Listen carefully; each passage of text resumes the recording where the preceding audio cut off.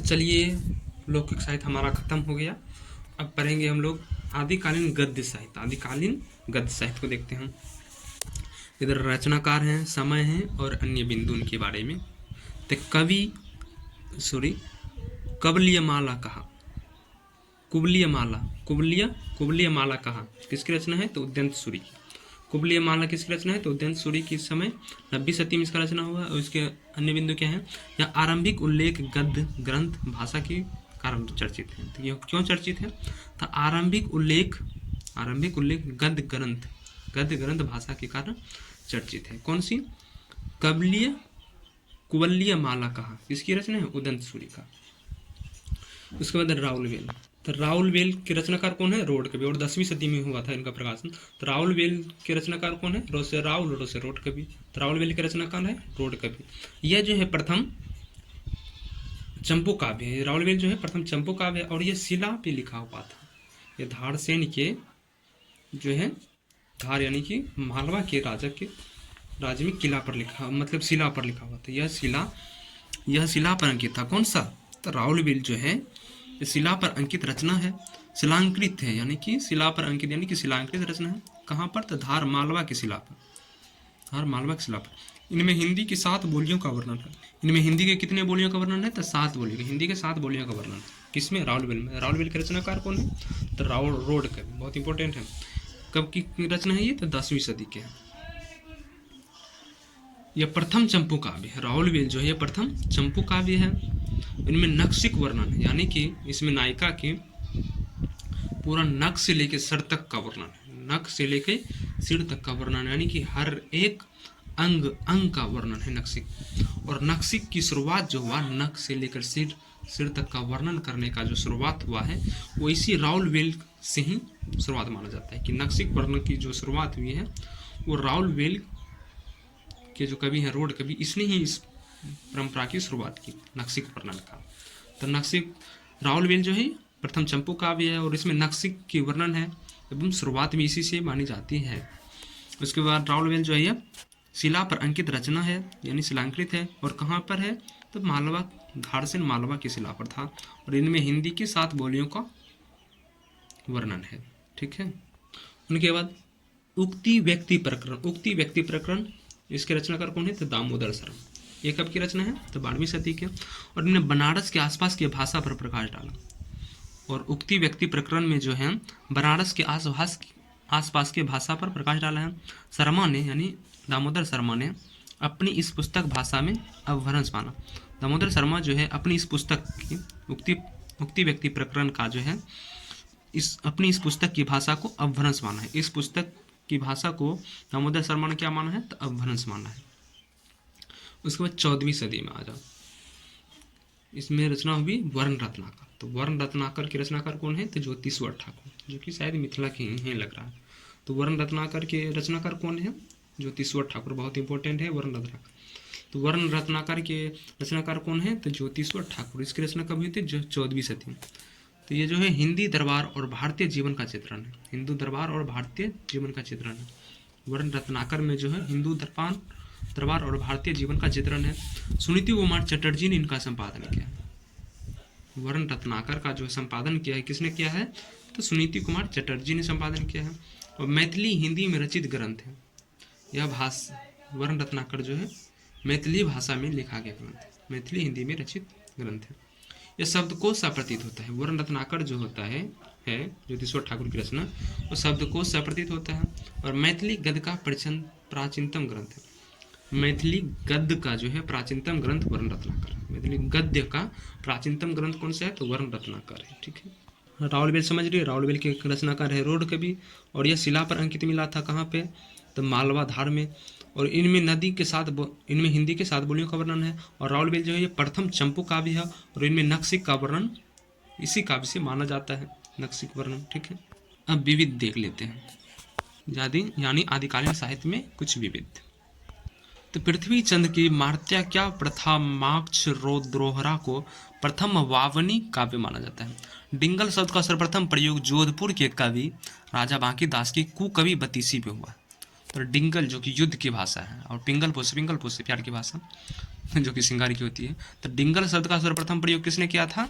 तो जोधपुर के कवि राजा बांकी दास की एक रचना है कुकवि बतीसी। तो कुकवि बतीसी में ही डिंगल शब्द का सर्वप्रथम प्रयोग हुआ है, जिनके कवि कौन है? राजा बांकी दास। चरचरी एवं चांचरी आदिकालीन रूप है, चरचरी एवं चांचरी आदिकालीन रूप है। इनके बाद है समराइच कहा हरिभद्र सूरी की रचना है। समराइच कहा किसकी रचना है? तो हरिभद्र सूरी की रचना है, जिनका प्राचीनतम उपयोग मिलता है। हरिभद्र सूरी की है जिनका प्राचीनतम उपयोग मिलता है। जगत सुंदरी प्रयोगमाला एक रचना है कि एक वैदिक ग्रंथ है। जगत सुंदरी प्रयोगमाला जो एक वैदिक ग्रंथ है, इनका रचयिता ज्ञात नहीं है। उनके बाद दोहा चौपाई छंद में भागवत गीता का अनुवाद करने वाला हिंदी का प्रथम कवि भूवाल है। दोहा चौपाई छंद में जो है भगवत गीता का अनुवाद दोहा चौपाई छंद में किसने अनुवाद किया है? तो हिंदी का प्रथम कवि भूवाल ने किया है। अब देखते हैं चंद्रधर शर्मा गुलेरी और राहुल सांकृत्यायन एवं शुक्ल जी। तो चंद्रधर शर्मा गुलेरी, सांकृत्यायन एवं शुक्ल जी अपभ्रंश को पुरानी हिंदी माना है, लेकिन मेन इनका श्रेष्ठ कौन उठाते हैं? तो गुलेरी साहब। तो अपभ्रंश को पुरानी हिंदी किसने माना है? तो चंद्रधर शर्मा गुलेरी ने।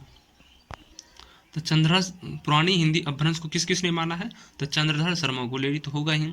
शुक्ल जी भी पुरानी हिंदी ही कहे हैं। अपभ्रंश को पुरानी हिंदी किसने कहा था? चंद्रधर शर्मा गुलेरी ने, शुक्ल जी। और जहाँ शुक्ल जी माने हैं तो सांकृत्यायन जी भी तो मान ही लेंगे। तो राहुल सांकृत्यायन, तो चंद्रधर शर्मा गुलेरी, राहुल सांकृत्यायन एवं शुक्ल जी अपभ्रंश को पुरानी हिंदी माने। मेन लोग इसको पुरानी हिंदी मान लिए हैं अपभ्रंश को। उनके बाद है भोला शंकर व्यास ने हिंदी के आरंभिक रूप को अभट कहा है। तो भोला शंकर व्यास ने हिंदी के आरंभिक, जहाँ की हिंदी की शुरुआत हो रही है, उस रूप को क्या माना है? अभट माना है। लेकिन राहुल सांकृत्यायन और चंद्रधर शर्मा गुलेरी और सांकृत्यायन ने क्या माना है? अपभ्रंश को पुरानी हिंदी माना है। और लेकिन भोला शंकर व्यास ने हिंदी के आरंभिक रूप को क्या माना है? अभट कहा है। एचपीडी हजारी प्रसाद द्विवेदी और रामविलास शर्मा अपभ्रंश को हिंदी से पृथक मानते हैं। ये लाइन तो अलग था। एचपीडी, रामविलास शर्मा और अपभ्रंश को, हजारी प्रसाद द्विवेदी और रामविलास शर्मा जो है अपभ्रंश को हिंदी से अलग मानते हैं। लेकिन शुक्ल जी क्या कहते हैं कि अपभ्रंश को पुरानी हिंदी मान लेते कि हिंदी का ही ये पुराना भाग है। ठीक है, तो कौन कौन अलग मानते हैं? तो हजारी प्रसाद द्विवेदी और रामविलास शर्मा जो है अपभ्रंश को हिंदी से अलग मानते हैं। लेकिन राहुल सांकृत्यायन कहते हैं कि नहीं, अपभ्रंश अलग नहीं है, अपभ्रंश भी तो वही हिंदी का ही पुराना भाग है, पुरानी हिंदी है। तो पुरानी हिंदी को ही अपभ्रंश कहा है। ठीक है, महत्वपूर्ण बिंदु को और देख लेते हैं। तो साहित्यिक इतिहास की परिभाषा, तो साहित्य की जो इतिहास है उनकी परिभाषा क्या है? तो परिभाषा यह है, काल क्रम में व्यवस्थित तथ्य श्रृंखला के साथ तद्युगीन परिस्थितियों का मानवीय संवेदनाओं के साथ चित्रण करना ही साहित्य इतिहास कहलाता है। तो क्या है? काल क्रम में व्यवस्थित तथ्य श्रृंखला के साथ तद्युगीन, काल क्रम में व्यवस्थित रूप से तथ्य श्रृंखला के साथ उस युग की परिस्थितियों का मानवीय संवेदनाओं के साथ चित्रण करना। मानवीय संवेदना, मानव की जो संवेदना है उनके साथ चित्रण करना ही साहित्य इतिहास कहलाता है। ठीक है, और डॉक्टर नगेंद्र क्या कहते हैं हम कि साहित्य के बारे में क्या कहते हैं? तो साहित्य आत्मविव्यक्ति जीवन की अभिव्यक्ति है। नगेंद्र कहते हैं कि साहित्य आत्मविव्यक्ति जीवन की अभिव्यक्ति है। और महावीर प्रसाद द्विवेदी क्या कहते हैं? महावीर प्रसाद द्विवेदी भी दिए हैं, एचपीडी नहीं, महावीर प्रसाद द्विवेदी, एमपीडी। ज्ञान राशि का संचित कोष साहित्य है। महावीर प्रसाद द्विवेदी क्या कहते हैं कि ज्ञान राशि का संचित कोष जो है वो साहित्य है। और बालकृष्ण भट्ट क्या कहें? साहित्य जनसमूह के हृदय का विकास है। बालकृष्ण भट्ट क्या कहा है कि साहित्य जो है वो जनसमूह के हृदय का विकास है। बात सही है। बालकृष्ण भट्ट क्या कहते हैं कि साहित्य जनसमूह के हृदय का विकास। और आचार्य रामचंद्र शुक्ल क्या कहते हैं कि प्रत्येक देश का साहित्य वहाँ की जनता की चित्तवृत्तियों, जहाँ पे चित्तवृत्तियों आ जाए, जनता की चित्तवृत्तियों, वो शुक्ल जी के हैं। और वहाँ पे आजकल अध्यात्म के चश्मे बड़े सस्ते हो गए हैं, वो भी शुक्ल जी की कथन। अध्यात्म के चश्मे बहुत सस्ते हो गए हैं, उसे लगाकर कोई भी धार्मिक कह देते हैं हम, तो शुक्ल जी का कथन है। और प्रत्येक देश का साहित्य वहाँ की जनता की चित्तवृत्तियों का संचित प्रतिबिंब है। तब यह निश्चित है कि जनता की चित्तवृत्तियों में परिवर्तन के साथ साहित्य के स्वरूप में भी परिवर्तन होगा। किसका कथन है? तो जनता की चित्तवृत्तियों का जहाँ पे आ जाए तो रामचंद्र शुक्ल का है। उसके बाद साहित्य मनुष्य के भावों और विचारों की समष्टि है, किसने कहा?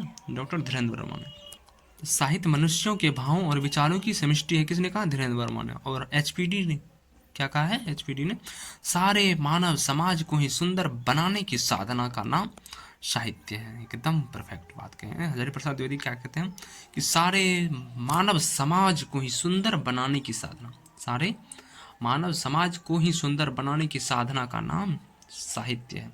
और इसमें महात्मा गांधी जी का बहुत बड़ा अच्छा कथन है। क्या कहते हैं उसने साहित्य के बारे में क्या कहा है कि साहित्य वह है जिसे खूब पढ़ा लिखा आदमी भी समझ सके और एक चरस खींचता हुआ किसान भी समझ सके। साहित्य के बारे में कहते हैं कि साहित्य वह है जिसे खूब पढ़ा लिखा व्यक्ति भी समझ सके और खूब चरस खींचता हुआ किसान भी समझ सके, वही साहित्य है।